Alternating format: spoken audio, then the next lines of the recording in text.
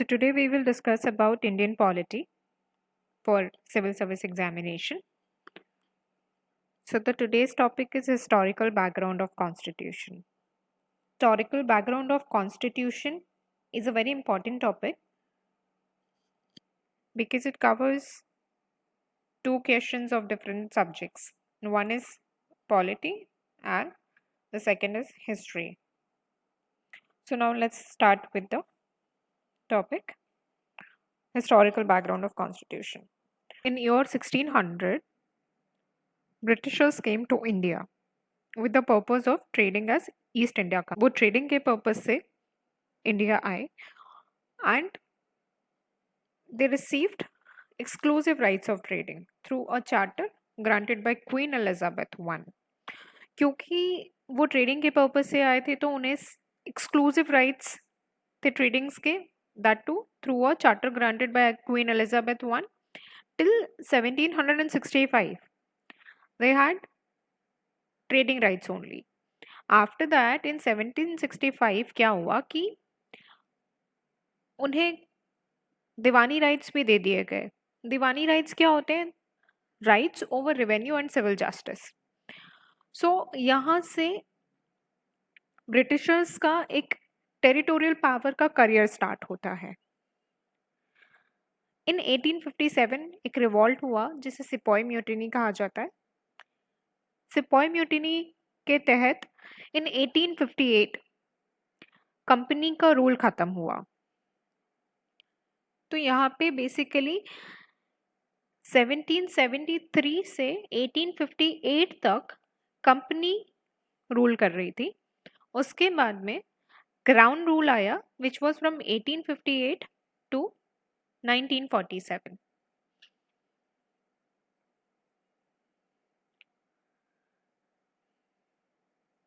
Now, basically, with independence came the need for a constitution. Okay. Certain events in the British rule that laid down the legal framework for the organization and functioning of government and administration in British India.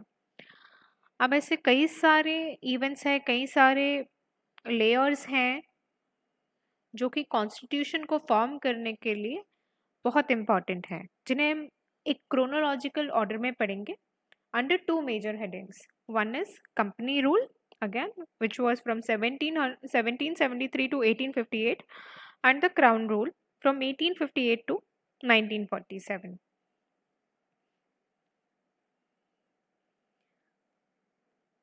These are the layers in the background of the Indian Constitution, from Regulating Act 1773 to Indian Independence Act 1947. अब इस lecture में हम company rule के बारे में पढ़ेंगे जो कि रेगुलेटिंग एक्ट 1773 से गवर्नमेंट ऑफ इंडिया एक्ट 1858 तक होगा. Now let's talk about the regulating act 1773.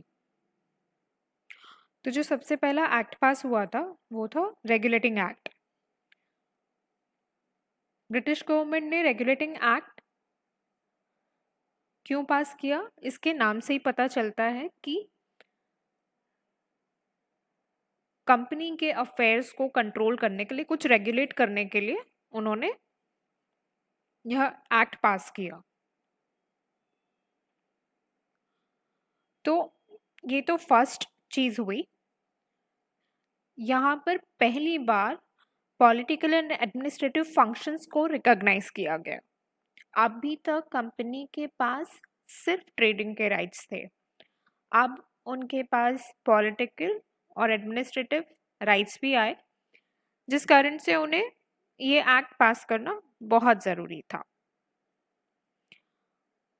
Now we will talk about the features of regulating act 1773. तो सबसे पहला फीचर रेगुलेटिंग एक्ट 1773 का, गवर्नर ऑफ बंगाल जो थे उन्हें governor general of Bengal designate किया गया.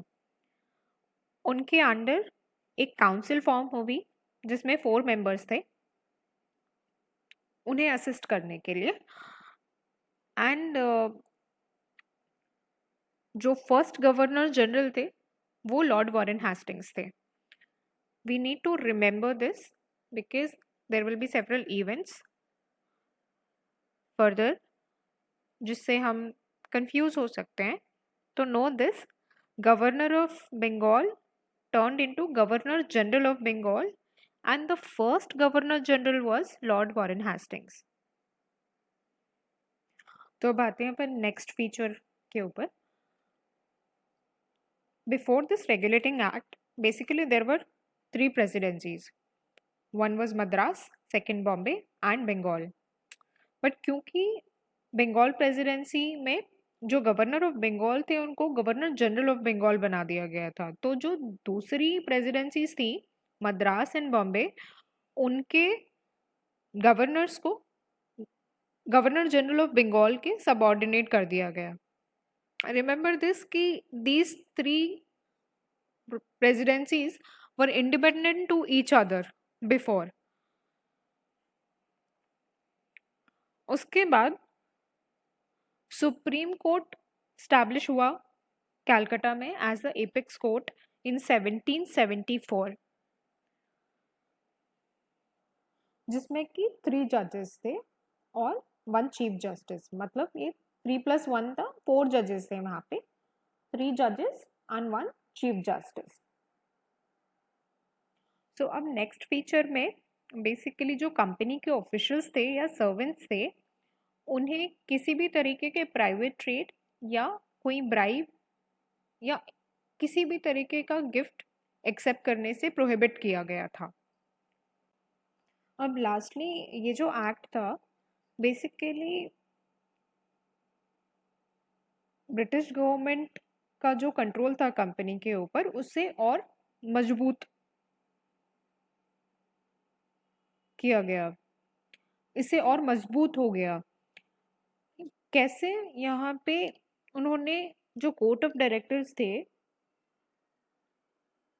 which was basically the governing body of the company, they've been told to report on the revenue, civil and military affairs in India to the company.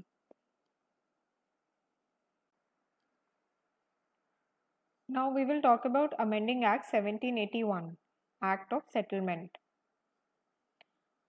इसे act of settlement भी कहा जाता है या amending act भी कहा जाता है. तो नाम से हमें पता चल रहा है कि यहाँ अमेंडमेंट्स हुए हैं.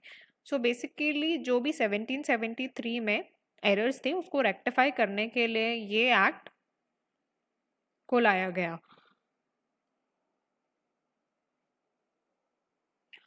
तो इस एक्ट में क्या हुआ कि गवर्नर जनरल और जो उसकी काउंसिल थी उनके द्वारा किया गया कोई भी एक्ट या उनके द्वारा किसी भी तरीके का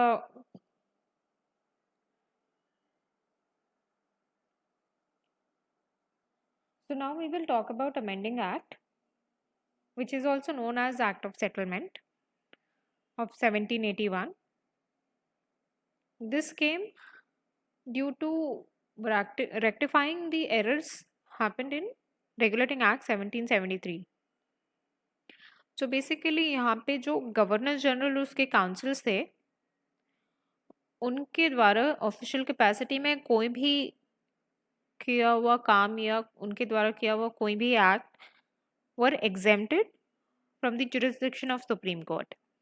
यहाँ पे रेवेन्यू मैटर्स को भी एक्सक्लूड कर दिया गया from the jurisdiction of supreme court. Then supreme court had the jurisdiction over all the inhabitants of Calcutta. उसके बाद in the next feature it says that पहले जो अपील्स प्रोविंशियल कोर्ट से सुप्रीम कोर्ट जाती थी, अब that could be taken to the governor general in council. Basically governor general in council became powerful and उन्हें empower कर दिया गया कि वो आप प्रोविंशियल कोर्ट्स एंड काउंसिल्स के लिए भी रेगुलेशंस फ्रेम कर सकते हैं. अब नेक्स्ट जो एक्ट हम डिस्कस कर रहे हैं ये बहुत ही इंपॉर्टेंट एक्ट है. Again Pitt's India act of 1784. जो पिट थे ये इंग्लैंड के प्राइम मिनिस्टर थे. ये एक्ट उन्हीं के नाम पे रखा गया. अब हम इसके फीचर्स डिस्कस करेंगे. तो सबसे पहले यहाँ पे कमर्शियल एंड पॉलिटिकल फंक्शंस को सेपरेट किया गया, क्योंकि कंपनी है तो कमर्शियल फंक्शंस के साथ साथ पॉलिटिकल फंक्शंस भी इन्हें दे दिए गए थे, तो उनके बीच डिस्टिंग्विश करना बहुत ज़रूरी था। Then the court of directors जो थे वो कमर्शियल एक्टिविटीज़ मैनेज करते थे, एंड वहीं पे एक नई बॉडी क्रिएट की गई which was board of control which use to manage the political affairs. तो कमर्शियल एक्टिविटीज़ को मैनेज करने के लिए कोर्ट ऑफ डायरेक्टर्स थे एंड पॉलिटिकल अफेयर्स को मैनेज करने के लिए बोर्ड ऑफ कंट्रोल था। तो इसलिए इस सिस्टम को डबल गवर्नमेंट भी कहा गया। सो फर्दर यह एक्ट बोर्ड ऑफ कंट्रोल को एम्पावर करता है, एंड यहाँ पे जो कि civil and military and revenue matters British possessions में हुआ करते थे, अब board of control can supervise and direct all operations. So British government को एक सुप्रीम कंट्रोल मिल गया था कंपनीज के अफेयर्स पे या उनके एडमिनिस्ट्रेशन पे। Complete control was of British government. Governors council were set up in Madras and Bombay as well. अब उसके बाद आया एक्ट ऑफ 1786 इन विच जो लॉर्ड कॉर्नवालिस थे वो अब गवर्नर जनरल ऑफ बंगाल हो गए। उन्हें as a governor general of Bengal appoint किया गया, बट उनकी दो डिमांड्स थी। फर्स्ट कि उन्हें अपनी ही काउंसिल के डिसीजन को ओवरराइड करने का राइट दिया जाए, पावर दिया जाए in special cases of course, and he will be the commander in chief too. उनकी दोनों डिमांड्स को पूरा करते हुए यह एक्ट पास किया गया। Thereafter came Charter Act of 1793। तो लॉर्ड कॉर्नवालिस को जो पावर दिए गए थे that were extended to all future governor generals and governors of presidencies. Now what happened कि जो गवर्नर जनरल थे they got more powers and control over the governments of the subordinate presidencies of Bombay and Madras। अब उन्हें जो दूसरी presidencies थी उनके ऊपर और पावर मिल गया। It extended what the trade monopoly for another 20 years in India। अब यहाँ पे जो कमांडर इन चीफ थे वो गवर्नर जनरल्स काउंसिल के मेंबर नहीं हो सकते थे डायरेक्टली जब तक उन्हें अपॉइंट ना किया जाए। इस फीचर में आगे बात करते हुए चार्टर एक्ट ऑफ 1793 के तहत जो बोर्ड ऑफ कंट्रोल के मेंबर्स थे और जो उसके स्टाफ थे, अब उनका सैलरी, उनका payment will be made out of the Indian revenues। Now we talk about Charter Act of 1813। तो इसमें ईस्ट इंडिया कंपनी की जो ट्रेड मोनोपोली थी इंडिया के अंदर उसे अबॉलिश कर दिया गया। That is basically the Indian trade was thrown open to all British merchants. However it continued the monopoly of the company over trade in tea and trade with China। So basically tea के ऊपर trade, T का trade and trade with China पे अभी भी उनकी monopoly थी। इस act के थ्रू क्रिश्चियन मिशनरीज जो थे वो इंडिया आ सके for the purpose of enlightening the people. It provided what the spread of Western education among the inhabitants of the British territories in India। Charter act के through local governments जो थी India में उनको persons के ऊपर, लोगों के ऊपर टैक्स इम्पोज करने की अथॉरिटी मिल गई, एंड उसी के साथ साथ they could also punish them if in case the person is not paying the tax, they could also punish them। So now we talk about the Charter Act 1833. This was the final step in company rule.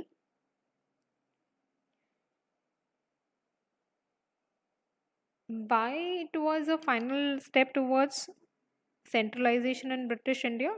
This we will know through the features of Charter Act 1833. So let's talk about it.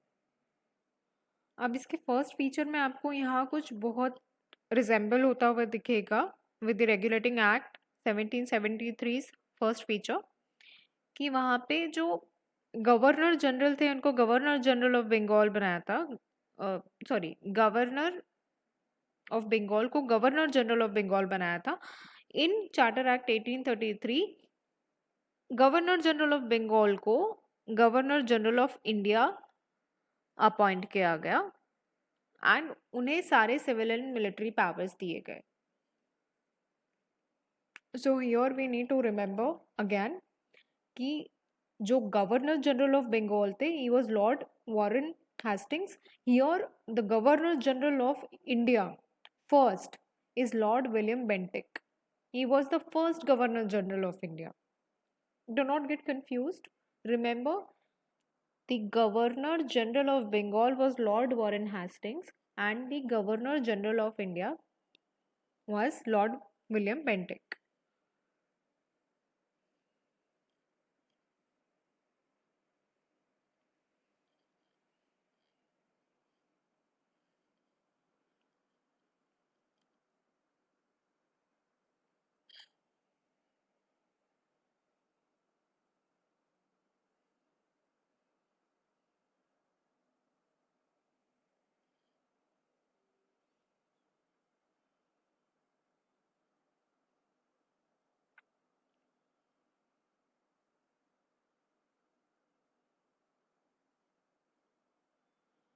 So second feature में of course जो presidencies थी उनकी उन उसमें भी कुछ changes आने ही थे। तो अब जो गवर्नर जनरल ऑफ इंडिया थे he got the exclusive legislative powers for the entire British India. तो मद्रास एवं बॉम्बे के गवर्नर्स के जो लेजिस्लेटिव पावर्स थे उन्हें उससे डिप्राइव कर दिया गया and the laws made under the previous acts were called as regulations, but जो लॉज यहाँ बने उन्हें एक्ट्स कहा गया। अब जो नेक्स्ट फीचर है उसमें यह बताया गया कि ईस्ट इंडिया कंपनी की जो एक्टिविटीज़ थी वो कमर्शियल बॉडी थी बट अब उसे ख़त्म कर दिया गया and now it is purely administrative body. So the last feature is जो ये चार्टर एक्ट था 1833 इसमें एक अटेम्प्ट किया गया था, इंट्रोड्यूस नहीं किया था, only one attempt was there.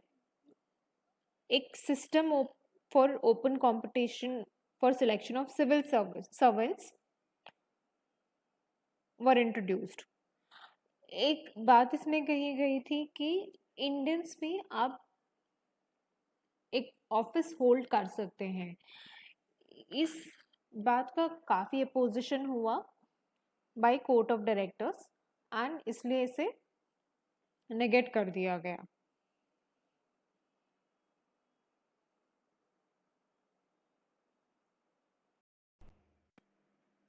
So here comes the last series of Charter Acts which was passed by the British Parliament between 1793 and 1853. It was a significant constitutional landmark. So 1853 में east India company के rule को extend कर दिया गया।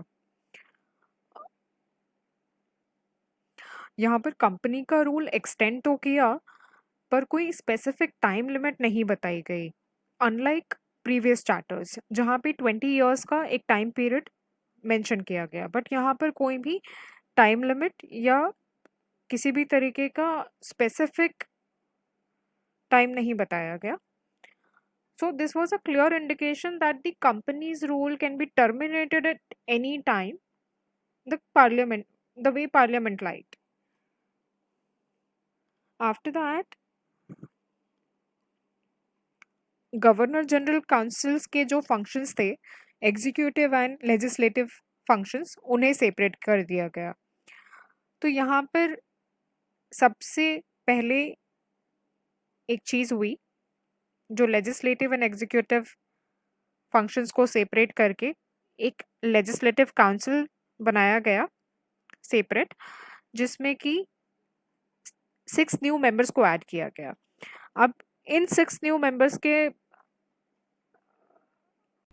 अब जो second most important feature है इस चार्टर एक्ट का, बेसिकली यहाँ पर जो गवर्नर जनरल काउंसिल के पास में पहले एग्जीक्यूटिव एंड लेजिस्लेटिव फंक्शंस दोनों हुआ करते थे, मतलब वो लॉ मेकिंग लॉ भी बना सकते थे और उनके पास में एग्जीक्यूटिव फंक्शंस भी होते थे।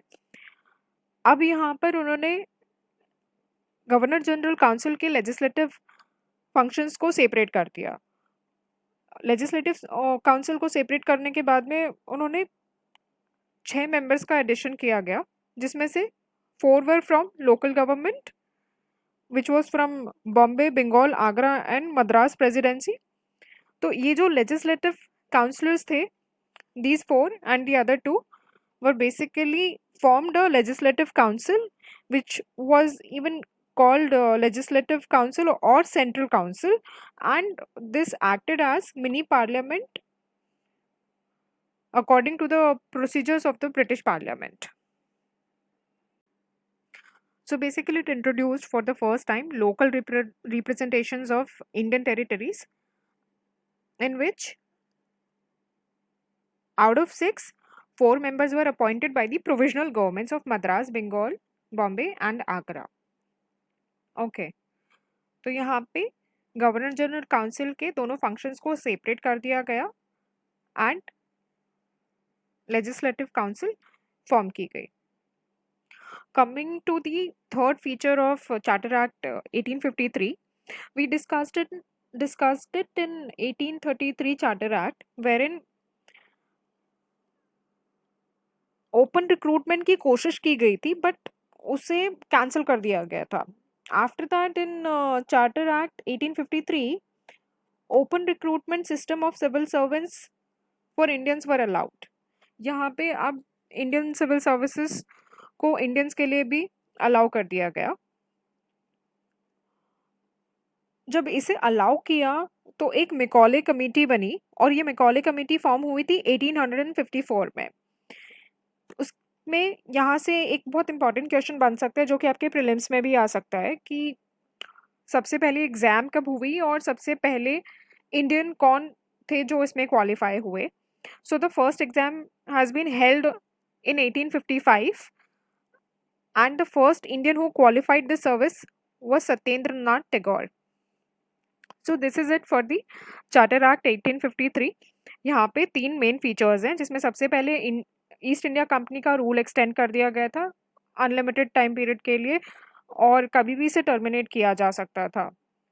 गवर्नर जनरल काउंसिल्स के फंक्शंस सेपरेट कर दिए गए, executive functions and legislative council यहाँ पे फॉर्म हुई, जिसे इंडियन लेजिस्लेटिव काउंसिल कहा गया, एंड उसे सेंट्रल काउंसिल भी कहते थे। और यहाँ पे इंडियन लेजिस्लेटिव काउंसिल को इसलिए एक मिनी पार्लियामेंट कहा गया। Third and foremost important point in this was कि एक ओपन कंपटीशन जो था इंडियन सिविल सर्विसेज के लिए, उसके लिए मैकॉले कमेटी बनाई गई एंड सबसे पहले एग्जाम 1854 में ली गई for people including Indians. So here comes the last series of charter acts which was passed by the British Parliament between 1793 and 1853. It was a significant constitutional landmark. So 1853 में east India company के rule को extend कर दिया गया। यहाँ पर company का rule extend तो किया, पर कोई स्पेसिफिक टाइम लिमिट नहीं बताई गई, अनलाइक प्रीवियस चार्टर्स जहाँ पे 20 इयर्स का एक टाइम पीरियड मेंशन किया गया, बट यहाँ पर कोई भी टाइम लिमिट या किसी भी तरीके का स्पेसिफिक टाइम नहीं बताया गया। So this was a clear indication that the company's rule can be terminated at any time, the way parliament liked. After that, governor general councils के जो फंक्शंस थे, एग्जीक्यूटिव एंड लेजिस्लेटिव फंक्शंस, उन्हें separate कर दिया गया. तो यहाँ पर सबसे पहले एक चीज़ हुई, जो लेजिस्लेटिव एंड एग्जीक्यूटिव फंक्शंस को सेपरेट करके एक लेजिस्लेटिव काउंसिल बनाया गया सेपरेट, जिसमें कि 6 न्यू मेंबर्स को ऐड किया गया. अब इन 6 न्यू मेंबर्स के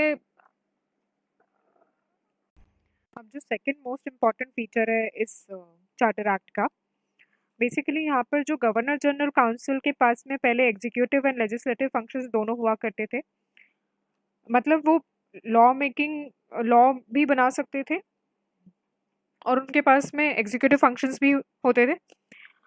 अब यहाँ पर उन्होंने गवर्नर जनरल काउंसिल के लेजिस्लेटिव फंक्शंस को सेपरेट कर दिया. लेजिस्लेटिव काउंसिल को सेपरेट करने के बाद में उन्होंने 6 मेंबर्स का एडिशन किया गया, जिसमें से 4 were from local government, which was from Bombay, Bengal, Agra and Madras presidency. तो ये जो लेजिस्लेटिव काउंसिलर्स थे, these 4 and the other 2 were basically formed a legislative council, which was even called legislative council or central council, and this acted as mini parliament according to the procedures of the British Parliament. So basically it introduced for the first time local representations of Indian territories, in which out of 6, 4 members were appointed by the provisional governments of Madras, Bengal, Bombay and Agra. Okay. तो यहाँ पे governor general council के दोनों functions को separate कर दिया गया and legislative council form की गई.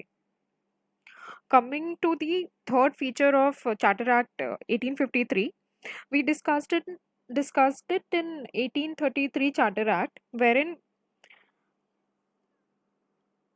ओपन रिक्रूटमेंट की कोशिश की गई थी, बट उसे कैंसिल कर दिया गया था. After that in charter act 1853, open recruitment system of civil servants for Indians were allowed. यहाँ पे अब इंडियन सिविल सर्विसेज को इंडियंस के लिए भी अलाउ कर दिया गया. जब इसे अलाउ किया तो एक मैकॉले कमेटी बनी, और ये मैकॉले कमेटी फॉर्म हुई थी 1854 में. उसमें यहाँ से एक बहुत इंपॉर्टेंट क्वेश्चन बन सकता है, जो कि आपके प्रीलिम्स में भी आ सकता है, कि सबसे पहले एग्जाम कब हुई और सबसे पहले इंडियन कौन थे जो इसमें क्वालिफाई हुए. So the first exam has been held in 1855, and the first Indian who qualified the service was Satyendra Nath Tagore. So this is it for the Charter Act 1853. यहाँ पे 3 मेन फीचर्स हैं, जिसमें सबसे पहले east India company का rule extend कर दिया गया था अनलिमिटेड टाइम पीरियड के लिए, और कभी भी इसे टर्मिनेट किया जा सकता था. गवर्नर जनरल काउंसिल्स के फंक्शंस सेपरेट कर दिए गए, executive functions and legislative council यहाँ पे फॉर्म हुई, जिसे इंडियन लेजिस्लेटिव काउंसिल कहा गया, एंड उसे सेंट्रल काउंसिल भी कहते थे. और यहाँ पे इंडियन लेजिस्लेटिव काउंसिल को इसलिए एक मिनी पार्लियामेंट कहा गया. Third and foremost important point in this was कि एक ओपन कंपटीशन जो था इंडियन सिविल सर्विसेज के लिए, उसके लिए मैकॉले कमेटी बनाई गई, एंड सबसे पहले एग्ज़ाम 1854 में ली गई फॉर पीपल इंक्लूडिंग इंडियंस